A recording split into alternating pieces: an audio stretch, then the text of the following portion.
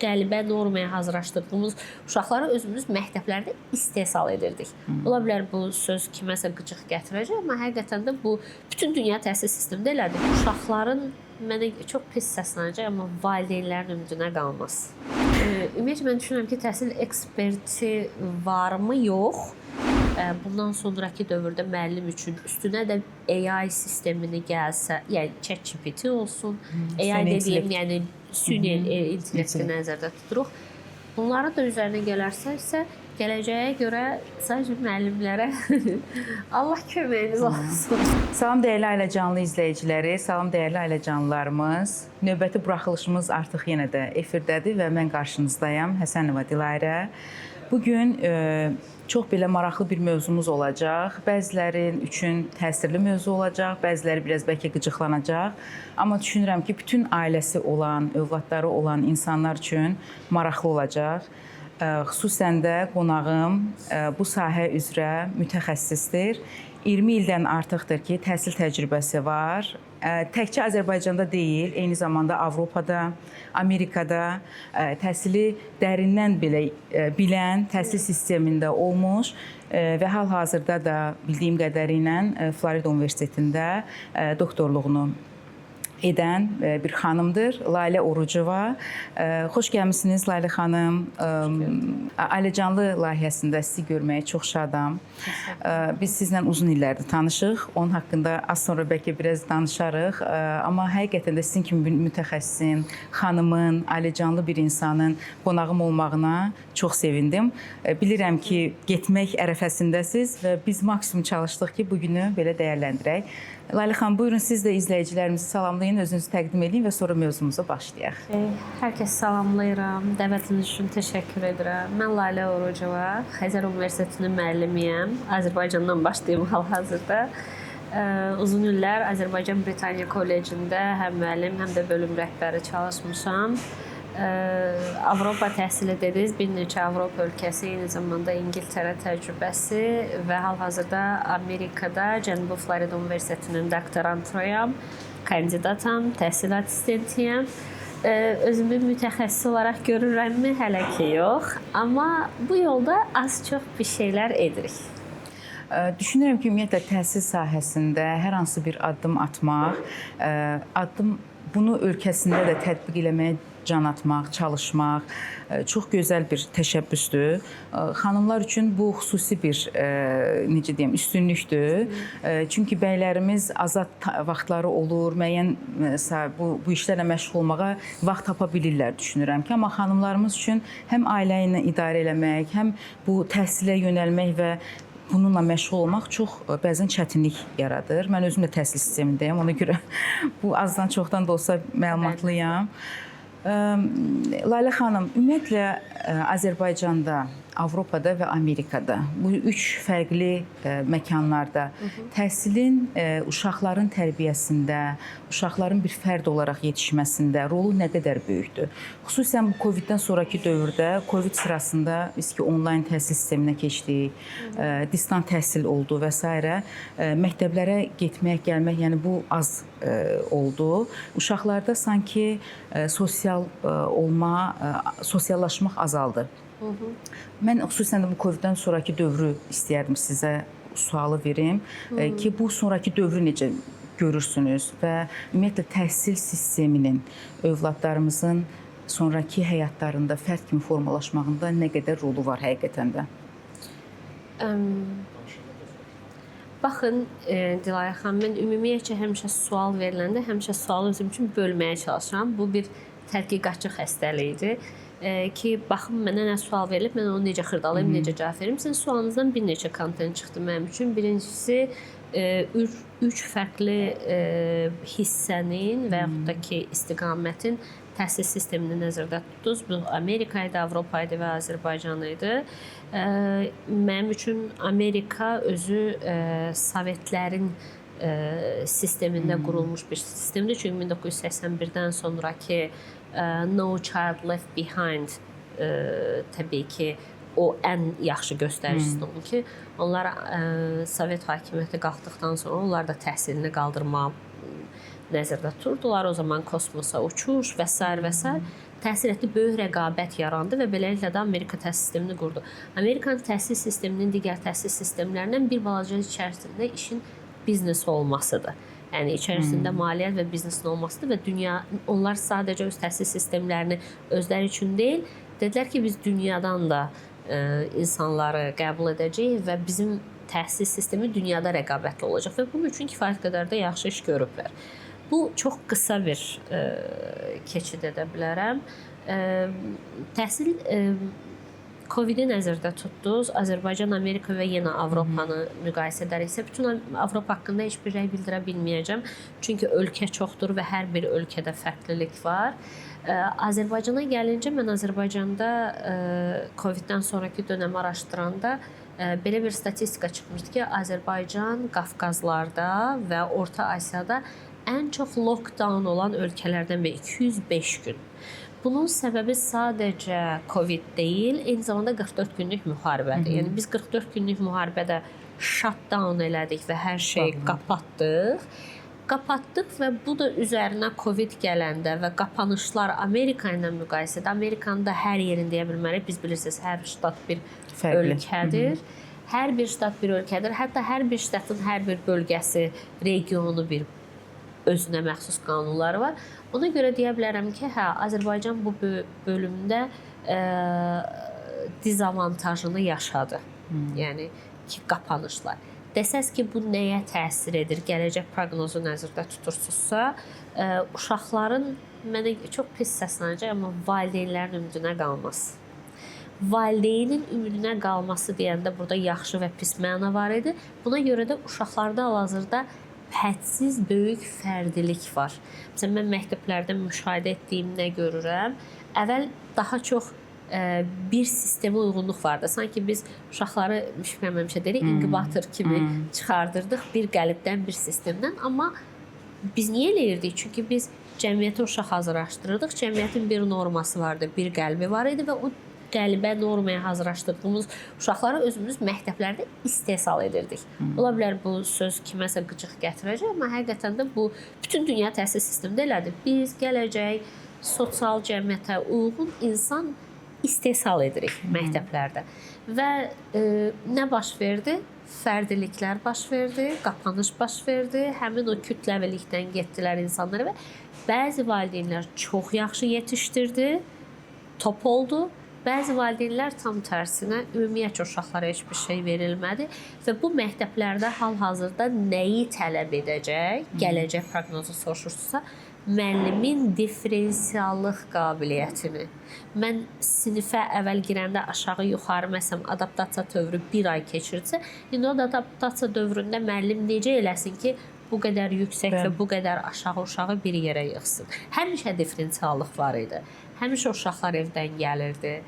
Həmişə bu var idi. Amma ən azından uşaqlar bu qədər evə qapanışlı deyildi və bu qədər müəllim üçün çətin vəziyyət yaranmamışdı və mən düşünürəm ki, bundan sonraki dövrdə müəllim üçün üstünə də AI sistemini gəlsə, yəni ChatGPT olsun, AI dediyim, yəni süni intellekti nəzərdə tuturuq. Bunları da üzərinə gələrsə isə gələcəyə görə sadəcə müəllimlərə Allah köməyiniz olsun deyək. Mən bunu öz övladlarımın üzərində də hiss etdim.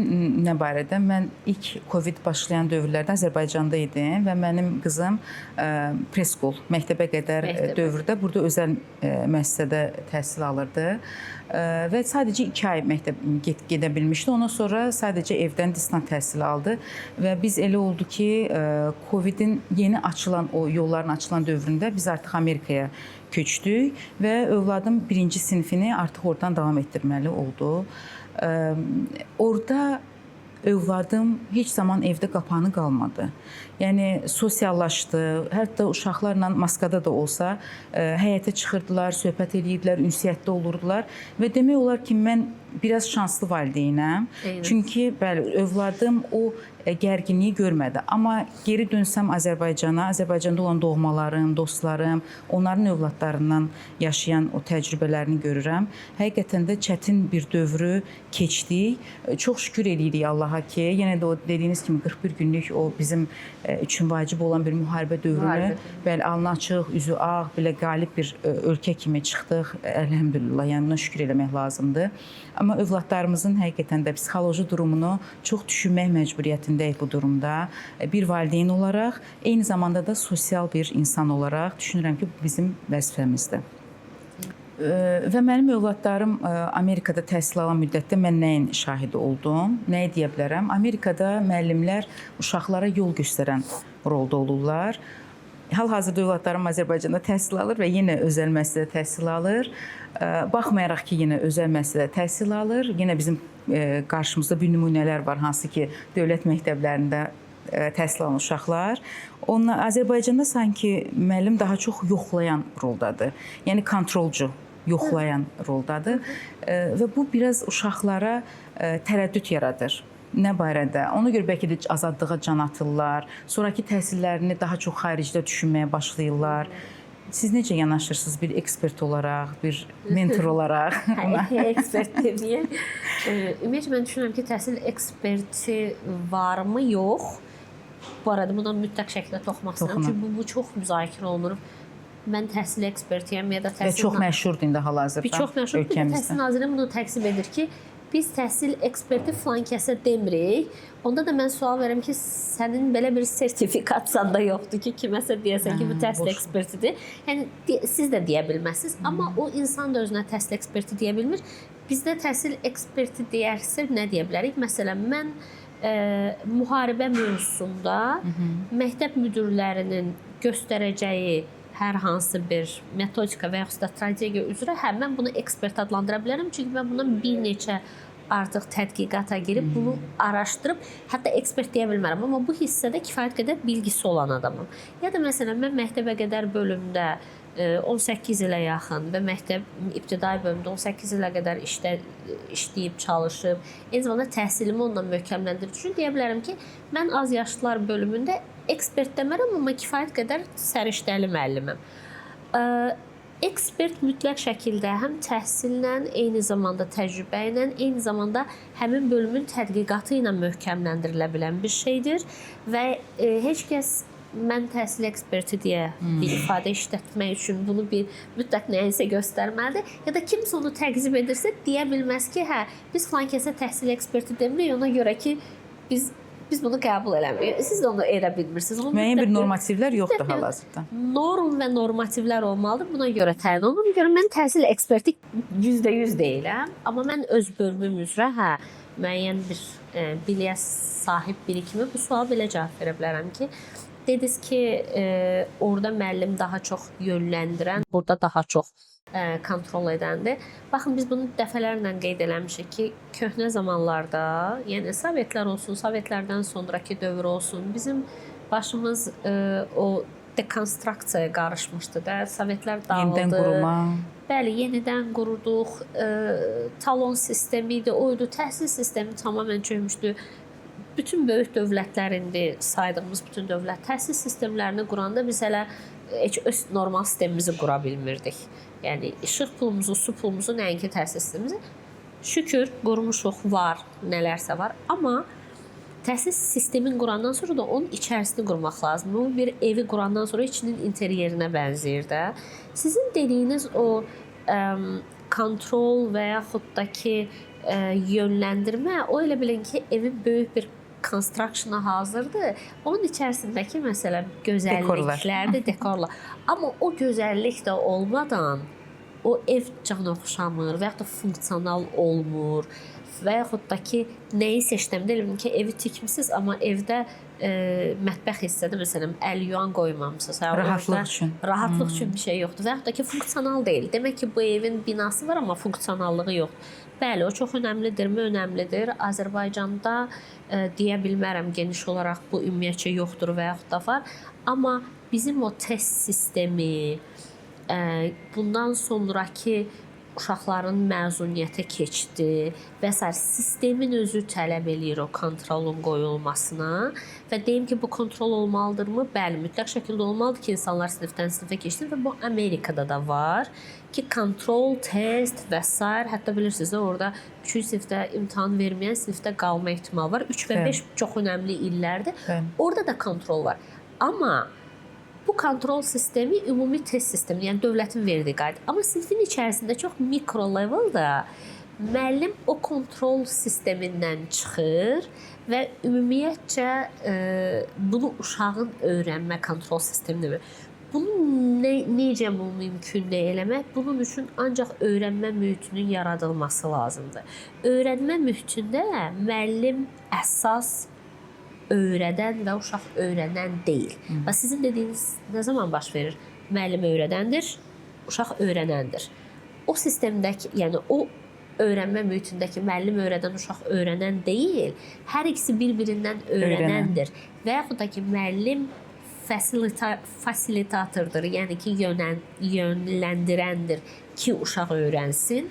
Bu zaman öyrənmə mühiti baş verir. Sizin dediyinizə gəlsək ki, Azərbaycanda kontrol edirlər ki, yanlışdır təbii ki.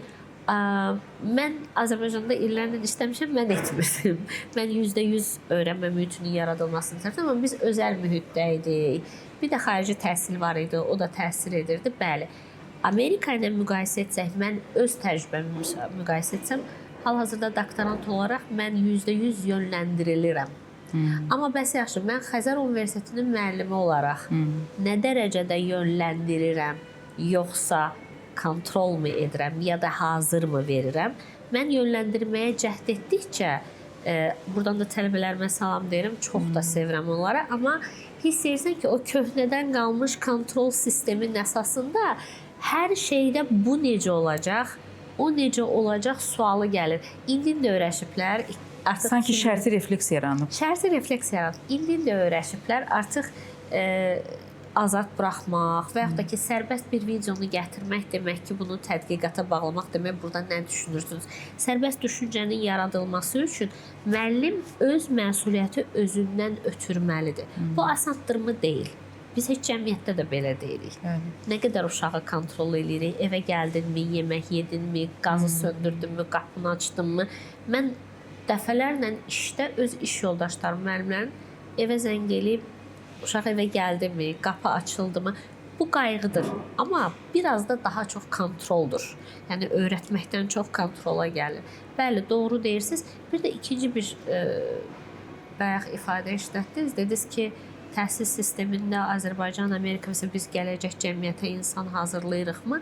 Baxın, bu sərbəstlik və seçim imkanı verə bilsək, uşağa öyrənmə seçim imkanı və yaxud da ki, mən niyə məktəbdəyəm, o fərqindəliyi verə bilsək, o zaman gələcəyə də yaxşı bir yetişkin bir şəxsiyyət yetişdirə biləcək. Bir də bu kontrolun özü bilirsiniz, bəzən nədən irəli gəlir? Fərqində olmadan. Məsələn, uşaq məktəbə gəlir, müəllim anlayır ki, bu uşaq bu testi keçməlidir, məcbur olur onu rusların bir yaxşı söz, ingilislərin sözü var, push-up eləməyə. Yəni biz onu təzyiq, itələmə, ən yaxşı söz biz onu itələməyə çalışırıq.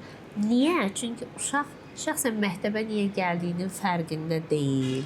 Burada niyə olduğunun fərqində deyil. Müəllim bir tərəfdən də qınaya bilmirəm. Çünki müəllim o fərqində olmayan uşağa öyrənmə mühitini yarada bilmir. Çünki o adam ya biveyc olur, ya da ki, hara getdiyinin fərqində deyil.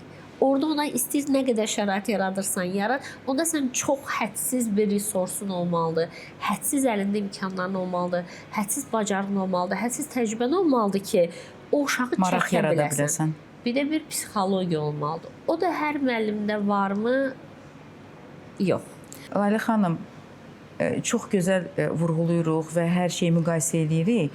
İndi bəlkə də mənə sual ola bilər ki, bəs mən niyə görə orta məktəb oxuyan övladımdan bir yerdə Azərbaycana hal-hazırda gəlmişəm və öz dostlarıma da, tanışlarıma da bunu təbliğ edirəm ki, Amerikada da hətta ki, middle school'da, yəni o 6-cı, 9-cu sinif ərəfəsində mütləq ki, Azərbaycanda və yaxud da ki, Amerika sistemindən biraz fərqli bir sistemdə uşağın təhsil almağı daha yaxşıdır. Bunu mən seçici olaraq eləmişəm, açıq deyim.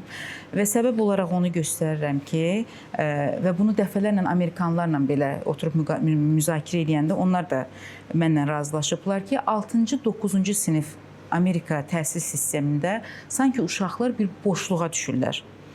O yönləndirmə aradan qaldırılır. Dediyiniz o deyirsiniz Amerikada müəllimlər yönləndirir. O yönləndirmə aradan qaldırılır. Valideynin müdaxiləsi aradan qaldırılır. Çünki övlad elə bir yaşda olur ki, buna bir sosium olaraq, fərd olaraq yanaşılır və fərdi seçimlər belə uşaqlara verilir. Yəni sən seçimdə azadsan, sən seçimi özün edə bilərsən, valideynin təzyiqi olmadan və s. Və uşaqlar sanki o 3 ili ən kritik dövrdür, mən deyərdim bir həkim olaraq. O 3 ili sanki boşluqda özlərini axtarmaqla keçirlər. Bu orta məktəbdə nə ilə özünü göstərir? Bullyinglərin həddən artıq çox olmağı, hətta özünə sui-qəsdlərin həmin dövrdə olmağı, sonra cinsi olaraq övladların, uşaqların özündə çaşqınlıq əmələ gəlməyi, hansı cinsə, hansı fərdə mənsubam, nə olmaq istəyirəm və kiməm və sanki həqiqətən də bir boşluqda olurlar o uşaqlar. Amma high school-a gəldikdə artıq sanki hər kəs özünü tapır və artıq o 9-cu sinifdən sonra bir fərd olaraq yetişir və cəmiyyətə yenidən qaytarılırlar.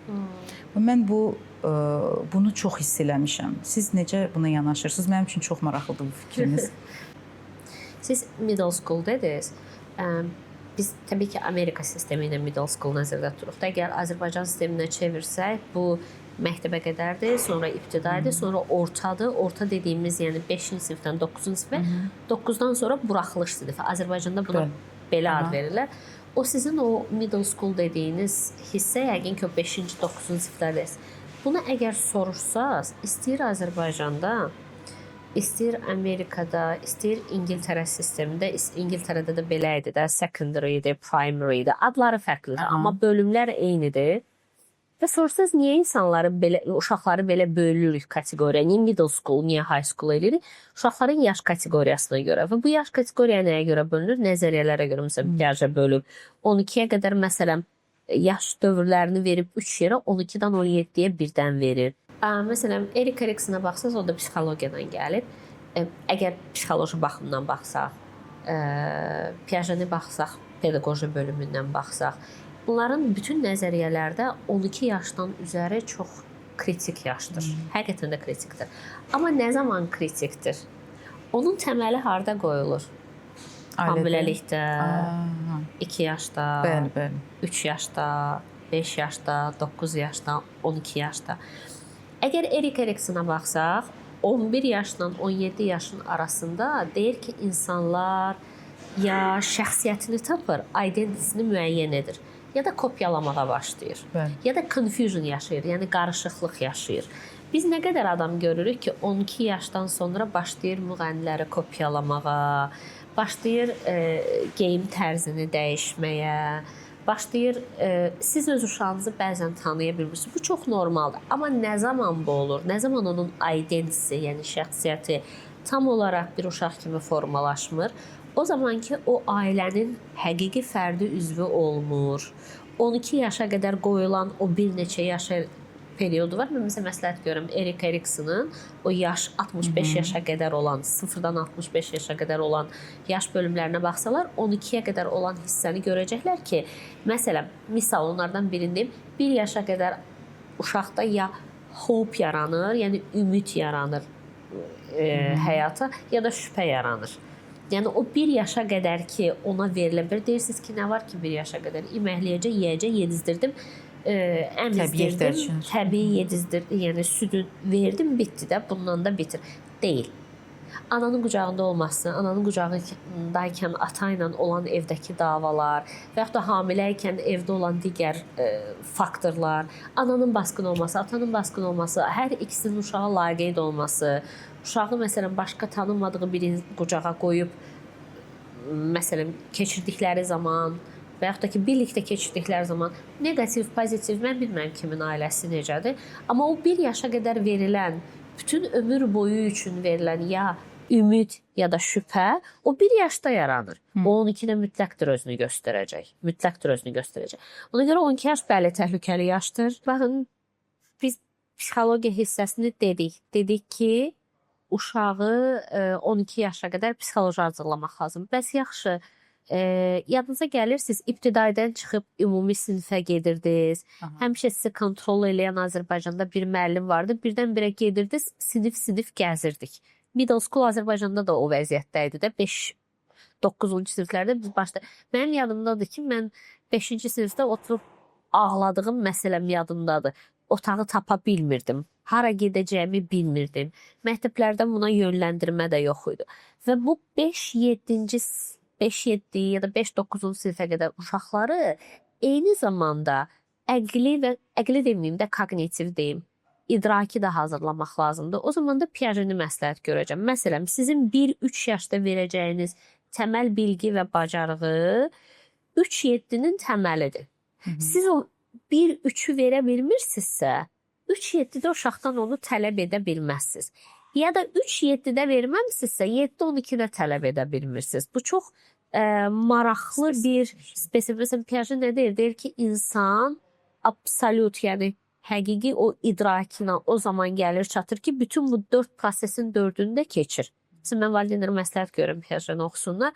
4 prosesi keçir. Siz 12 yaşa uşağı gətirib o middle school-a verəndə uşaq ora həm əqli deməyim, həm kognitiv, yəni idraki, həm sosial, həm psixoloji, hər tərəflə hazır olsa, orada o nə bullyingə uğrayacaq, nə dərslərdən geri qalacaq. Çünki onu kiminsə, yenə deyirəm, push-up etməyinə ehtiyacı olmayacaq. Ya da onu itələməyə arxadan heç kəsə ehtiyacı olmayacaq. Niyə? Çünki bu adam psixoloji və kognitiv olaraq anlayacaq ki, mən bu məktəbdəyəm, oxumalıyım və buna onun bacarığı olacaq. Əqli və fiziki və sosial onun gücü çatacaq ki, o sinifdə olsun. Sizin o bayaq dediyiniz birinci suala gətirəndə ki, Azərbaycanda kontrol var, Amerikada yönləndirmə var. Amerika demək istəyir ki, siz middle school-a gəlmişsinizsə, siz middle school-a hazır olmalıydınız. Elementary school-da həm kognitiv, həm psixoloji, həm sosial və s. Əgər siz buna hazır deyilsinizsə, biz müəllimə valideynə icazə verməməkdə girsin bu məktəbdə kontrol eləsin ki, bunu belə elə, bunu. Bizim özümüzün kontrol sistemimiz var, konsolumuz var və mən düşünürəm ki, onlar doğru sistemdədirlər. Mən onu dəstəkləyirəm. Sizin o deyirsiniz ya Azərbaycana gəlin, mən sual vermişsiniz, Azərbaycan kontrol üçün mü gətirmişsiniz?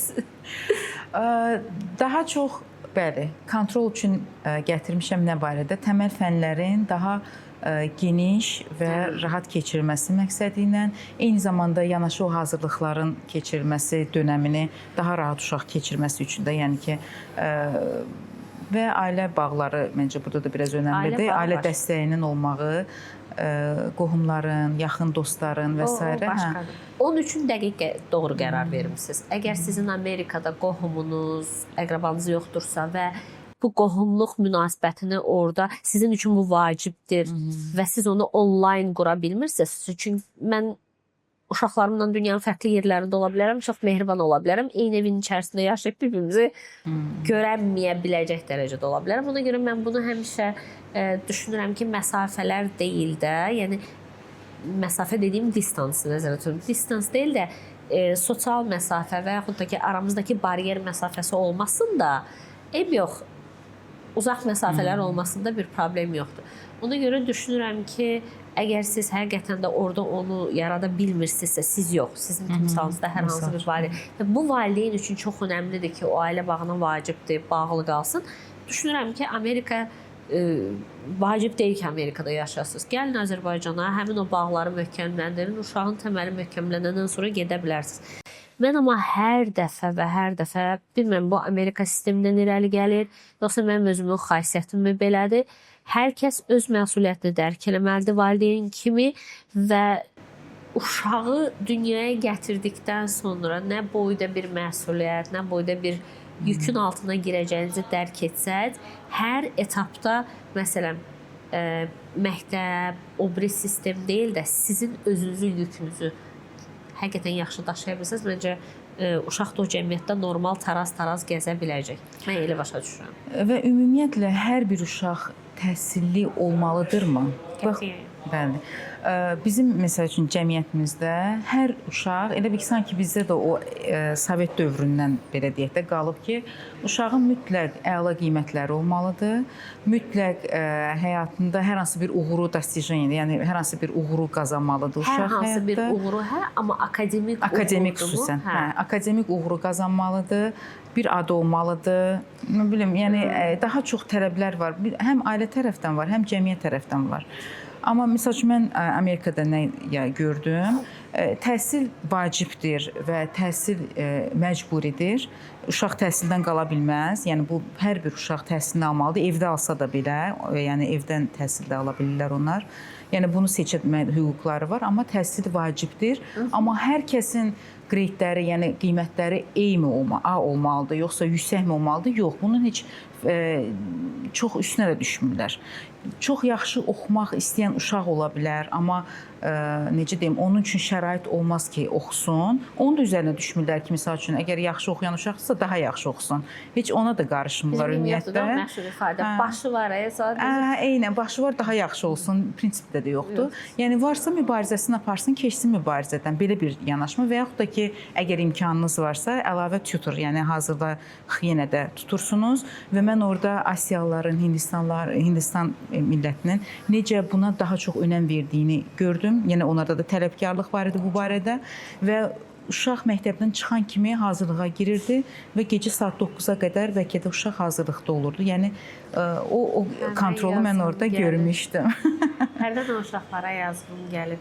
Seçimsiz, türmə sistemi kimi bir şey. Və onlara da şərt qoyulur ki, sən ən yaxşısı olmalısan. Və həqiqətən universitetlərə baxanda, yəni ki, siz də onun fərqindəsiniz ki, yəni o təzyiqdə olan, kontrolda olan, yenə də ev şəraitində də olsa, yəni bunu keçirən uşaqlar çox uğurlu yerlərdədirlər. Mən o uğurlu sözünü düzdür. Universitetləri nəzərdə tuturam əsasən. Uşaqlara deyirəm ki, öz uşaqlarımı nəzərdə tuturam, deyirəm ki, uğursuz olmağınıza o türklər demiş, tahammül edəmərəm. Yəni məni ana kimi, mən çox tələbkar bir ana deyiləm ki, mənə zəng eləyin, ki eləyirlər, o başqa. Amma çox tələbkar ana deyiləm, mənə zəng eləyin, mənə axtarın, mənə gətirin, belə bir şey yoxdur. Yəni çox cüzi məbləğlə həyatımı rahat yaşaya bilərəm deyə düşünürəm. Mən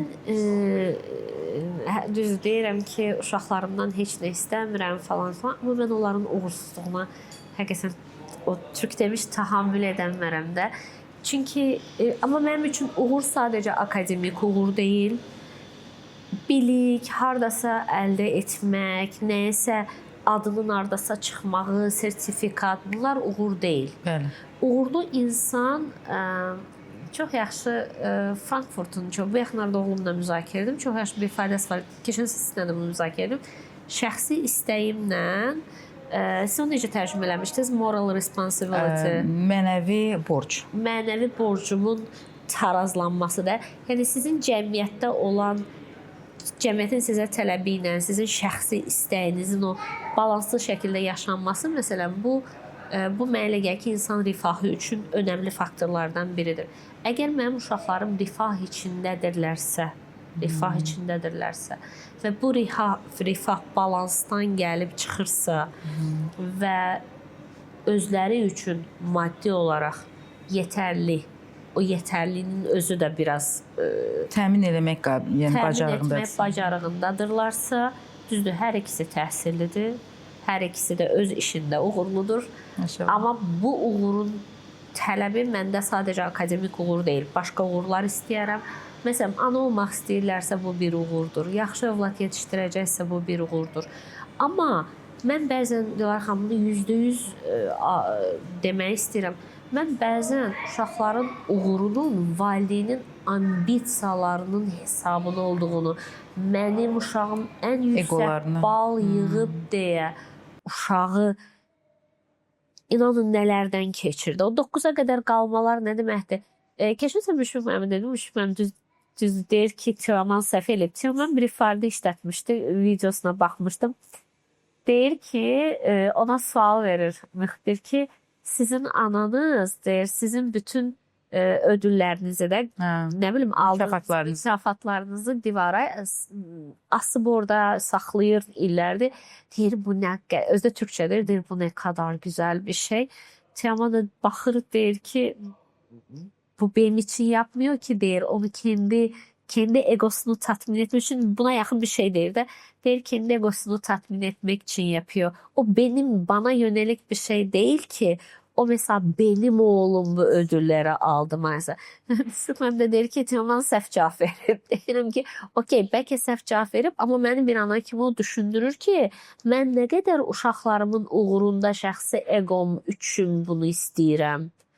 Mən bir valideynəm, mən sizi yetişdirmişəm, mən deyil, tək mən yetişdirməmişəm. Mən dünyaya gətirmişəm, 9 ay mən daşımışam, mən yaxşı qidalamışam, protein olub, mən yaxşı qidalanmışam, bu olub. Görmüşəm zəifdir, masaja göndərmişəm, görmüşəm zəifdir, filan dərs. Bəli, bunları görməyə mənim gözüm olub. Amma bunu da verən bir qüvvə olub, bir yaradan var. Onun rızqını verən də oymuş. Məni də ona verən oymuş. Demək ki, onu da istəyirmiş ki, verib. Amma bu da var. Onu sizi mən yetişdirmişim. 2 həftə içərisində hazırlanıb, ciyəridən yüksək bal yığıb. Bir ara özümdə sonra dedim ki, yox, sən də özəndi yəni. Onu ora verəm. Bu sən istəyirdim deyəm ki, görsən, zəkanı hardan almışsan. Biz zarafatını da elədik, deyirəm ki, genetika rol var. Zəkanı anadan alırlar. Yəni bunu nəzərə alın. Amma sonra deyirəm ki, yox, bir dəqiqə. Sən bir sakitləş, səndən almayıblar zəkanı. Zəkanı onlara verən var və bunun üçün şəxsi egomuzu böyütmək yerinə balacalaşdırsaq valideyn olaraq və həqiqətən də yönəlsək onun xoşbəxtliyinə, yəni kiminsə qızını almaq, bilmirəm, görürsünüz də cəmiyyətdə kiş deyib salırıq 2 uşağı bir yerə, yazığım gəlir, vallahi yazığım gəlir. Salırıq belə bir yerə, deyirik ki, sən onun atası yaxşıdır, bunun anası yaxşıdır, siz yaxşı yerdə olarsınız. Adını da qoyuruq ki, böyük məsləhəti. Mən şəxsən bu qədər dünya təcrübəsi, bu qədər səyahət, bir il içərisində bəzən 4-5 kontinent görə bilirik də biz. Tədqiqat, konfranslar, oxuduqlarımız, mən uşaqlarım üçün nəyin yaxşı olacağını hələ də əmin bilmirəm. Çünki mən onun yaşadığı təcrübəni hiss etmirəm. Məsələn, mən anası Amerikada, atası başqa ölkədə yaşayan bir uşağın təcrübəsini anlamıram. Çünki mənim atam, anam ömür boyu yapışıq yaşayıb. Mən bilmirəm onlar nə yaşayırlar, mən bilmirəm onlar hansı hiss içindədirlər və nəyin onlara yaxşı gələcəyini bilmirəm. Mən başa düşmürəm, onların mənim həyatımdan aldığı travmatik və yaxud da müsbət və yaxud da yaxşı nəyinsə əsasında verəcəyi qərarla mənim onlara çox pis səslənəcək, məcbur etdiyim, yəni üzərlərinə atdığım o qərar arasında böyük fərq var. Mən sadəcə vəziyyəti analiz etmələrinə, o fasilitator kimi etməsinə kömək edə bilərəm. Məcburiyyət qətiyyən. Yəni ki, bu hər bir şeyə aiddir. Sadəcə təhsilə aid deyil. Biz bunu biraz təhsildən, mənim günahımdır, mən bu sualı biraz yayındırdım. Təhsildən biraz o siz dediyiniz kimi də gətirdim cəmiyyətə, amma mənə elə gəlir ki, cəmiyyətdə də bu belədir. Çox doğru etdiniz, gətirdi. Çünki bizim onsuz da konseptimiz ailə canlı konseptdir. Yəni burada mütləq ki, ailələrə toxunan bir hissəsini biz vurğulamalıyıq. Bizim özümüzdə ailələrimiz var, övladlarımız var və düşünürəm ki, təkcə sahəmizdə deyil, çalışdığımız sahədə deyil, elə ailədə də əslində professional olmaq çox bir fərqindəlikdir. Bu da yaradan tərəfindən bir nemətdir deyim. Hər gün öyrənirik, övladlarımız böyüdükcə öyrənirik. Onlar yaşa dolduqca, o az öncə siz dediniz, uşaqlar valideynə, valideyn uşağa öyrətməyə bacarmalıdır. Yəni onlar da bizim müəllimlərimizdir. Biz də ilk dəfədir valideyn oluruq. Biz ilk dəfə o hissləri yaşayırıq. Ona görə də düşünürəm ki, biz də imtahandayıq əslində. Bizim də imtahanımızdır. Necə çıxacağımız artıq onların cəmiyyətdə və öz şəxsi həyatlarında necə uğurlu bir insan, özləri üçün uğurlu bir insan olan mərhələdə bilinəcək artıq ki, həqiqətən də biz elədik, we did it. Necə deyərlər? We did it. Amma mən bundan qətiyyən sizi dəstəkləyirəm bu bəyandan. Mən həmişə övladlarıma deyirəm ki, mən yanlış edə bilərəm. Mən bəlkə də bu video kamera üçün deyil, anam bir mesaj göndərib. Mən də deyirəm ki, bu belə deyil, belədir. Arxasınca mənə göndərib ki, deyir ki, ola bilər mən nəyisə səhv dedim, məni üzrlüsə. Necə ağladım, oturdum ki, mən görəsən nə cavab verdim ki, o üzr istəyəcək qədərə gəldi. Amma mən sonra yadıma düşdüm ki, mən özüm öz uşaqlarıma daimi bunu deyirəm. Deyirəm ki, mən yanlış edə bilərəm, niyyətimə sadəcə güvənin. Ki, mən sizdən, sizin şəxsi istəyinizə, sizin həyatınıza zərər gətirə biləcək heç bir addımda, məsələn, iki bacı qardaşdılar da, bacına yaxşı olsun deyə sən həyatını korlayacaq heç bir addım atmaram. Bunu sadəcə niyyətimə güvən. Ola bilər ki, mən nəyisə səhv eləyirəm. Nəzərə al ki, mən ilk dəfə ana oluram. Mən yanlışlarım təbii ki, çoxdur. Əminəm ki, çoxdur. Mən də anlayıram ki, sən də ilk dəfə uşaq olursan. Sənin bir xeyrsizliyin də ola bilər. Hardasa səhvin də ola bilər. Nə bilim, neysə ola bilər. Amma bunu nəzərə alma, bir-birimizi nəzərə alsaq, məncə bu səhvləri nəzərə alsaq, məncə yaxşı bir gələcəyə bu münasibəti daşıya bilərik. Bir bu məsələ var. Bir də nərsiniz, anamla bağlı dedim deyə çox böyük distraction yaşadım. Onun baxıram ki, biz nə veririksə, müşfiq mənim mənə deyir ki, biz nə veririksə mütləq şəkildə alırıq. Yəni, bir də onu demək istədim ki, bəzən o qədər özümdən narazı ana obrazındayım ki, mən bilmirəm bu kompleks mənə hardan gəlir, amma uşaqlarım məsələn balaca biri tutalım ki, nəniyə bayramda zəng eləməsin ya da vəfasızlıq eləsin. Onu demirəm ki, niyə nənənizə zəng eləməmişdiniz? Fikirləşdim ki, mən özüm yığmışdımmı?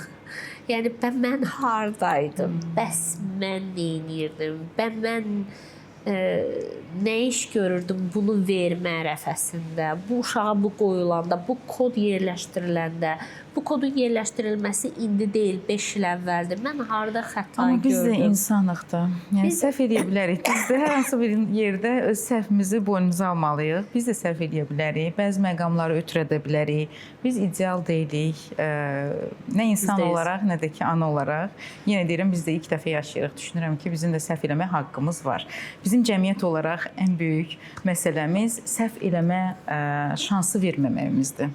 Nə özümüzə, nə başqalarına və səhvi bağışlamağı da sanki öz ən belə necə deyim, həssas bir yerimizdir bu səhvi bağışlamağı belə bacarmırıq bəzən. Amma o səhvə də bağlı deyilmi? Baxın, mən bunu burada da biraz çox üzr istəyirəm, yəni bunu biraz yoncalamaq istəyirəm də, yəni bu ifadəni.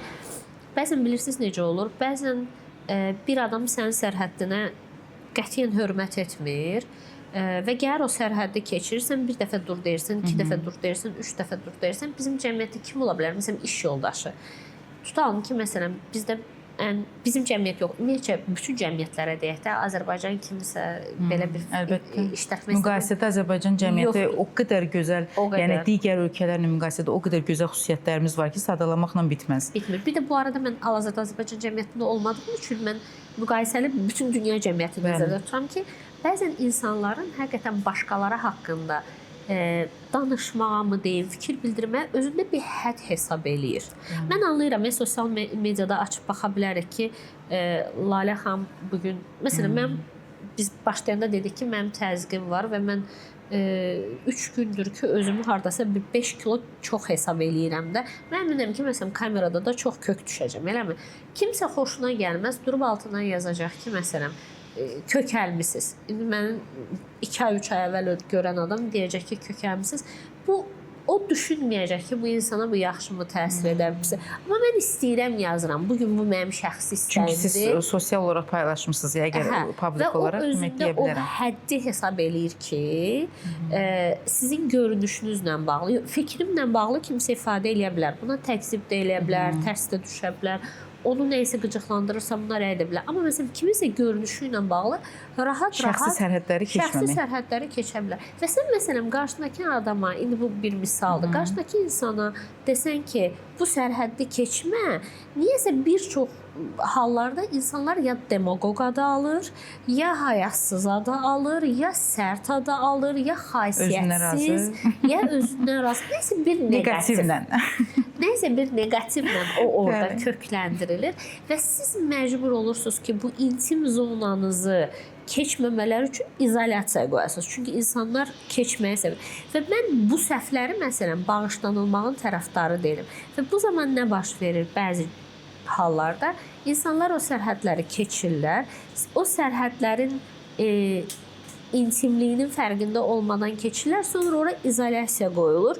Sonra o izolyasiyaya qarşı da bir hate, yəni nifrət yerinə gəlir. Nifrət hissi ilə bir neqativ hal göstərir. Ondan sonra nə baş verir? Bağışlanmağı da arzu edirik. Mən bu bağışlanmağın tərəfdarı deyiləm. Mən düşünürəm ki, səhvlər və yaxud da ki, edilərkən onun dərəcəsi, neçənci dəfə edilməsi, kimə qarşı edilməsi, niyə edilməsi önəmlidir. Hər səhv bağışlanılırmı? Yox. Bəzən xırda səhv də bağışlanılmır, bəzən böyük səhvlər keçirilir. Bunun üçün səbəblər var. Ona görə çox üzr istəyirəm, onu ifadə etmək istirdim. Çünki bunu çox görürəm.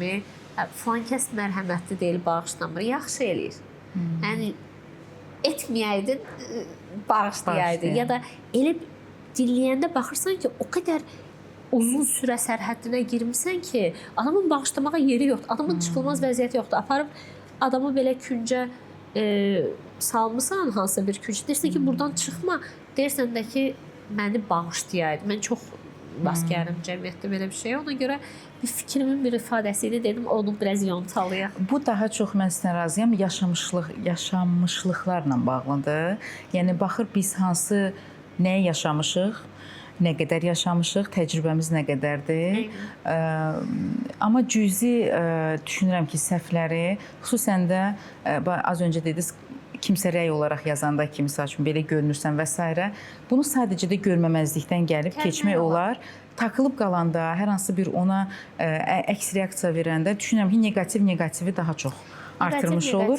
Sadəcə xoş niyyətlə. Mənə misal üçün negativ rəy çox az yazılır. Bəlkə də şanslıyam bu barədə. Düşünürəm ki, cəmiyyət olaraq yenə də hələ ki görməyi bacarırıq, seçməyi bacarırıq. Bəzən o sərhəddimizi aşanda ona qarşı çox mülayim, çox zarafatla cavab verirəm kommentlərə və geri dönüşlər çox xoş olur. Yəni pozitiv olaraq cavab verirəm ki, yəni geri dönüş ya da ki blok atıram. Ümumiyyətlə nə görmək istəyirəm, nə də ki tanımaq istəyirəm ki, oraya kim yazıb. Heç blok düzdür. Uzaqlaşdırma. Məni kimsə dəvət eləyir adətdə gedirəm qonaq. Öz səhifəm yoxdur ki, eləsən deyən. Yəni çox paylaşdığım bir şey yoxdur ki, neqativ, pozitiv yazılsın. Yazan insanlar, tanıyan insanlar da onlar da neqativ düşünsə də yəqin ki, yazmırlar. Genel məndən bağlı, amma mən bir çox məsələdə kompleksli deyiləm. Məsələn, təhsillə bağlı kimsə nəyisə yazarsa, sona qədər debat gedə bilər. Amma məsələn, şəxsi məsələlərdə kompleksli olduğum üçün açıq-açıq deyirəm. Çox kompleksli insanam. Kompleksli insan olduğum üçün bu hardan gəlir bilmirəm. Özümü dünyanın çirkin bəzən qadın hesab edirəm, amma hardan gəlir bilmirəm. Bununla bağlı ola bilər ki, təsir etsin. Negativ cavab verməsən belə bu insana təsir edə bilir. Demək ki, yaralarımız hardadırsa, oradan bizi vuranda biz onda təsir edirik. Yaralarımızı sağaltmaq lazımdır. Məlhəmini bilsək, tapıb yerinə qoyacaq. Amma məlhəmini də bilmək lazımdır. Yaranın hardan gəldiyini də bilmək lazımdır. Yaradandan gəlib, inşallah məlhəmi də yaradandan gəlməsinə ümid edirik. O çox qəşəngdir amma. O qəşəngdir. Bir bilsək ki, ondan gəlib. Bir bilsək ki, təslimiyyətə də keçə bilsək. Təslimiyyətə keçə bilsək, hər şey düzəlir. Həll oldu. Həll oldu. Qəşəngdir o, yaxşı ifadə.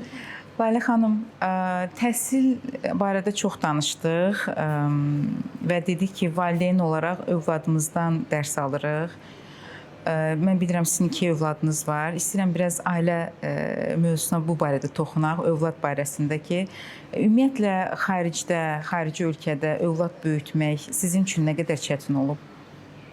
Sizin övladlarınız yaşca böyükdür, ona görə mən yaşca böyükdür. Oğlan 24 yaşındadır, 23 yaşındadır, qız 19-dur.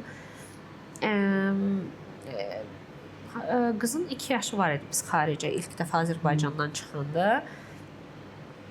Düşünürəm ki, bizim bəxtimiz gətirmişdi. Çünki biz nənə ilə çıxmışdıq.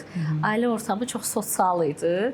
Uşaqlar daimi və bibilər gəlirdi və mən heç bir zaman Azərbaycandan qopmamışam. Bu çox önəmlidir. Yəni biz daimi ildə 2 dəfə gələrdik. Çıxdığımız ölkə çox uzaq deyildi. Bu da önəmlidir. Hansı xarici ölkədə yetişdirdiyin də çox önəmlidir. Mən həmişə bunu düşünürdüm ki, mən getdiyim ölkənin yaxşısını götürə bilirəmsə götürürəm, amma özümdən qopmamaq şərti ilə.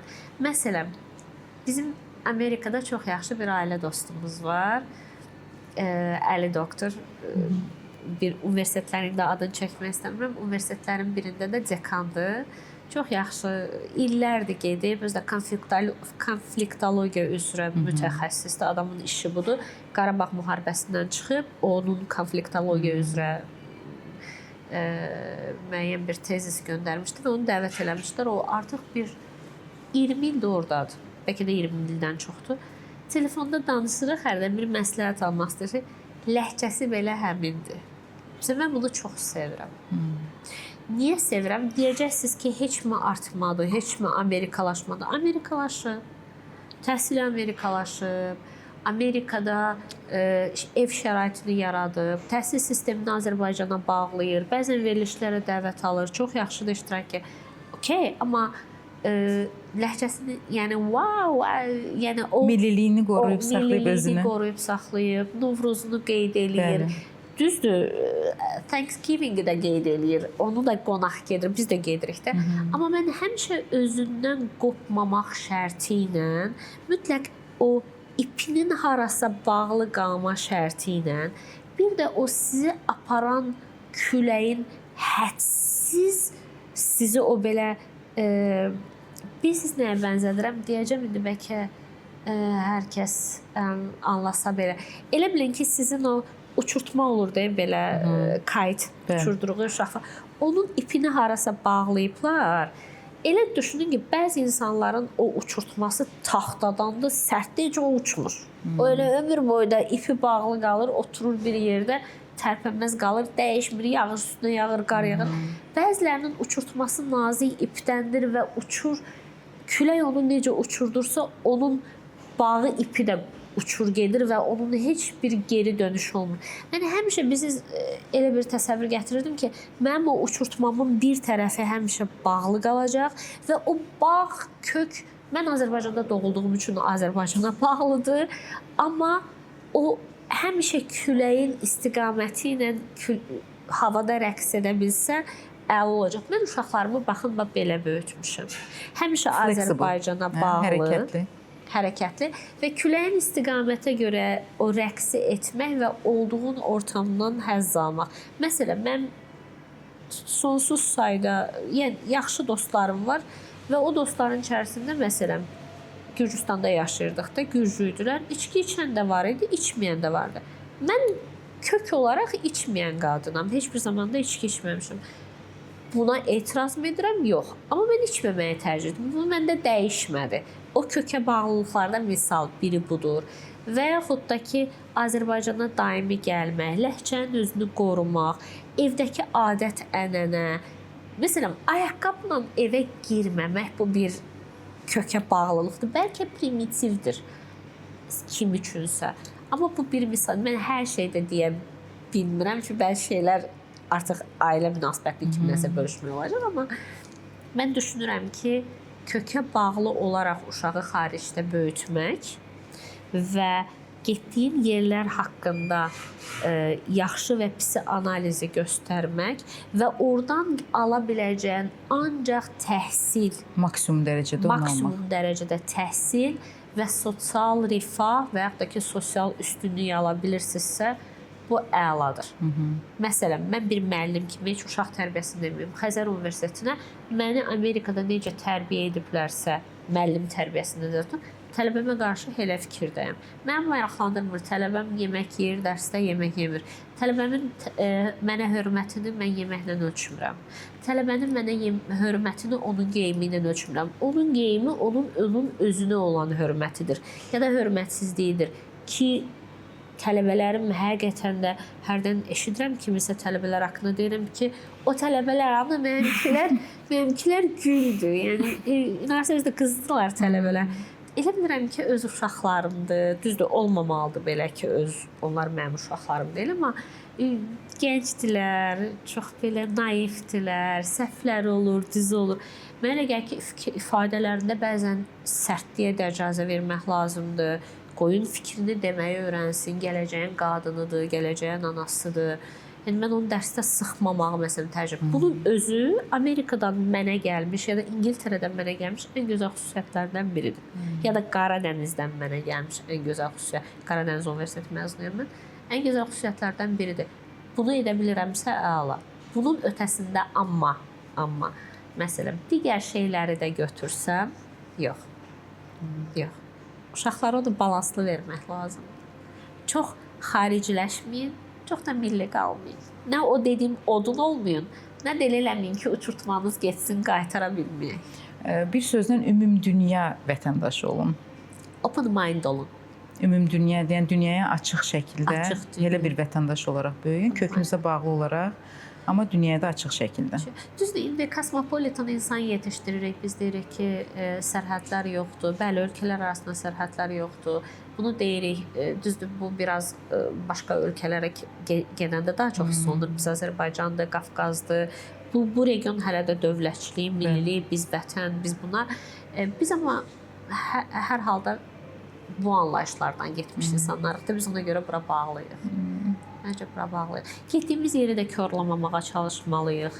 Getdiyimiz yerə də öz mədəniyyətimizi, münasibətimizi gətirib oranı çirkləndirməməliyik. Oranı da təmiz saxlamaq lazımdır. Getdiyin yerə də hörmət etmək lazımdır. Getdiyin yeri də lağa qoymamaq lazımdır. Mən çox eşidirəm. Buradadır yaşama. Get ölkəndə yaşa. Sən Amerikanı bəyənmirsən, get Azərbaycanda yaşa. Sən Azərbaycanı bu qədərmi bəyənirsən? Nə işin var Amerikada? Gəl Azərbaycanda yaşa. Yox, sən Azərbaycanı bəyənmirsən, sən bir get Amerikanı gör, sonra gəl. Yəni mənə elə gəlir ki, heç bir yerə lağ və şey etmək lazım deyil. Və mən düşünürəm ki, ümumiyyətlə insan özü necədirsə, ətrafını da elə formalaşdırır və biz hardayıqsa, biz fərd olaraq nə isə Amerikada doyuq, Azərbaycanda doyuq, Avropada doyuq. Yəni Dilarə bir məsələn mən özümdən misal çəkim. Əgər Dilarə personal, yəni fərd olaraq formalaşıbsa, bu istənilən kollektivdə, istənilən mühitə düşdükdə yenə də öz Dilarə o adını qoruyub saxlayır. Əgər biz roldan rola giririksə, əgər təbiiliyimizi itiririksə, istənilən cəmiyyətdə yenə də uyğunlaşmırıq və hər bir cəmiyyətin mənfi tərəfini o dəqiqə gözümüz önünə gətirib mübarizə aparmağa çalışırıq. Əksinə özümüzlə mübarizə aparırıq, onun fərqində deyilik. Bir də bilirsiniz, Dilarə xanım, çox ciddi təhlükədir ha özün olmamaq. Yəni özün olmamaq. Başqası olmağa çalışmaq. Başqa yerdə başqa millət olmağa çalışmaq. Bu çox qorxunçdur. Amma bunun da əksi olarsa, o rusların bir sözü var, slivatsa olan birsənsə, yəni azca qarışan birsənsə, orta o mövqeyi izolyasiyalar böyüyəcək və sən bədbəxt olacaqsan. Onlar da çox önəmlidir. Layla xanım, ilk öncə bu layihədə iştirak elədiyiniz üçün, dəvətimi qəbul etdiyiniz üçün təşəkkür edirəm. Düzdür, ani oldu. Bizim qarşılaşmağımızda çox fərqli bir mühitdə oldu. Yenidən qarşılaşmağımız deyim. Amma çox xoş oldu mənim üçün həqiqətən də. Çünki bu mövzuya çox toxunmaq istəyirdim. Təhsil mövzusuna, fərqliliklərə və s. Və bunu da sizinlə elədiyim üçün çox şadam. Ailəcanlının puzzlında bir Layla Orucova adının da bura yerləşməsinə çox şad oldum. Ailəcanlı haqqında istəyirəm fikirlərinizi alım, sözlərinizi eşidək. Buyurun. Ailəcanlı. Arzu mu edim sizə? Arzu, fikrim müsbətdir. Təbii ki, sizi tanıyıram çünki. Mənim üçün ailəcanlı sizsiz. Öncəki videolarınızı da izlədim. təbii ki, fikir müsbətdir bu 100%. Amma gələcək arzu edəsi olsam, böyüməyi arzu edirəm, yekələsiz, böyüyəsiz, istədiyiniz uğurda olasınız. Mənim sizə bilmirəm sizin üçün uğur nədir. İstədiyiniz uğurda olasınız. Əgər sizin üçün uğur məsələn televiziya proqramına keçməksə inşallah, sizin üçün böyük dünya kanallarına keçməksə inşallah. Bunu arzu edirəm sizə. Yaxşı təşəbbüsdür. Yaxşı ki varsınız. Təşəkkür edirəm. Biz də arada ürəyimizi boşalda bilirik. Təşəkkür edirəm və ən son olaraq sualımı istəyirəm ünvanlayım. Ailə canlı yoxsa canlı ailə? Ailə canlı olanda arxasınca məndə insan tələb edir. Çünki orada bir sifət gəlir mənə. Ailə canlı, ailə başçısı, ailə canlı, ana, ailə. Mənə elə gəlir ki, ailəni canlı tutmaq üçün ailə canlı olmaq lazımdır. Amma ailə canlılığın o dərəcəsini abartmaq lazımdır. Çünki bəzən çox ailə canlı olanda da ailənin özündə can qalmır. Çünki sən hədsiz onu qorumağa, hədsiz onu bütün enerjini ancaq ora axıtdığın üçün və oranı belə bariyerdə saxladığın üçün ya da belə qapalı saxladığın üçün o yazıq ailənin içərisində enerji axmadığı üçün o insanlar o sənin verdiyin enerjidən də ölə bilirlər. Ona görə ailəni canlı tutmaq üçün ailə canlı olmaq lazımdır, amma bunun da dozası olması lazımdır. Yəni dozası mı, qədər olması lazım. Çox maraqlı cavab idi. Təşəkkür edirəm. Fərqli cavablar alıram hər dəfə və həqiqətən də hər bir insanın bu yanaşmağı onun özünün fərd olaraq həqiqətən də ifadə eləmiş olur mənim üçün. Təşəkkür edirəm bir daha. Bütün izləyicilərimizə də buradan təşəkkür edirik ki, bizi izləyirlər. Mütləq şəkildə bir şey də vurğulamaq istəyirəm. Həm Instagram səhifəsindən, həm YouTube səhifəsində, YouTube kanalımızda mütləq şəkildə ki, izləməyə almağı unutmayın, bəyənməyi unutmayın. Çünki bu bilirsiniz, videonu yayılmaq üçün çox önəmlidir. Xüsusən də bunu o deri uman yerdən küsəllər. Dostlarımdan, tanışlarımdan istəyirəm. Çünki çox izləyirəm ki, videolar dostlarımdan, tanışlarımdan. Çünki videoları izləyənlər inanın o qədər məni tanımayan insanlardan müsbət, gözəl fikirlər, belə pozitiv enerji alıram ki, çox insanı həqiqətən mənəvi olaraq belə motivə edir. Gözləyirəm ki, dostlarımdan da nədən olmasın, biz kaş cəmiyyət olaraq buna da hazır ola bilsək ki, dostumuzun, tanışımızın uğurlarına qəlbən sevinib, həqiqətən də uğurlarını görməyi bacarsaq. Bunu təmənni edirəm hər bir kəsdən. Bütün tanışlarımı, dostlarımı sevirəm, ailəmi sevirəm. Hər kəsə təşəkkür edirəm. Sağ ol ki, izləyirsiniz. Sağ olun.